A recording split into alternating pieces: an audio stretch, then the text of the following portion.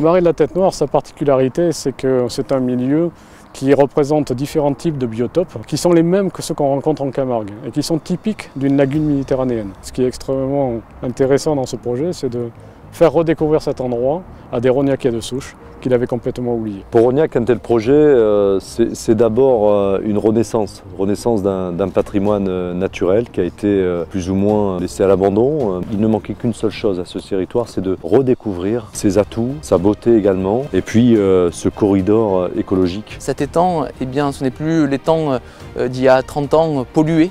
On doit se battre pour mettre en avant cet étang, mettre en avant ses atouts. Nous avons sollicité la Fondation du Crédit Agricole pour un projet bien précis. Et l'idée, c'était d'aménager, de continuer les aménagements de ce sentier pour créer une passerelle sur pilotis. Et l'idée de cette passerelle, c'est de créer un cheminement à l'intérieur de cette roselière, tout en préservant l'environnement, de façon à faire découvrir une partie de notre sentier pédagogique. Avec le conseil, on a étudié le projet. Ça convenait parfaitement aux idées que l'on défend, c'est-à-dire le territoire, le terroir. Ce projet permet d'accéder à des parties sauvages, naturelles. Donc là, c'était l'occasion de rentrer dans le marais sans défigurer. L'intervention du Crédit Agricole et le support et l'aide financière du Crédit Agricole a été indispensable pour la réalisation de ce projet. C'est un projet exemplaire au niveau mené financièrement conjointement avec un mécène comme le Crédit Agricole, une commune et une association, donc des fonds propres, des fonds privés et des fonds publics. C'est un modèle de développement dans le cadre d'investissements à caractère d'intérêt général. Le Crédit Agricole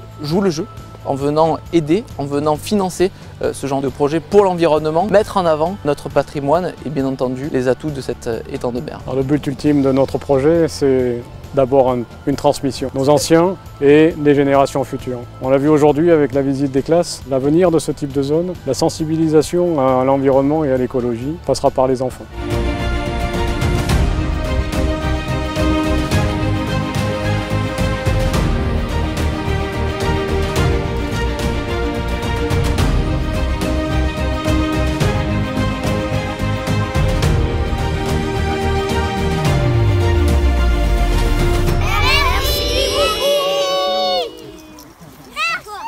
Ça vous a plu ?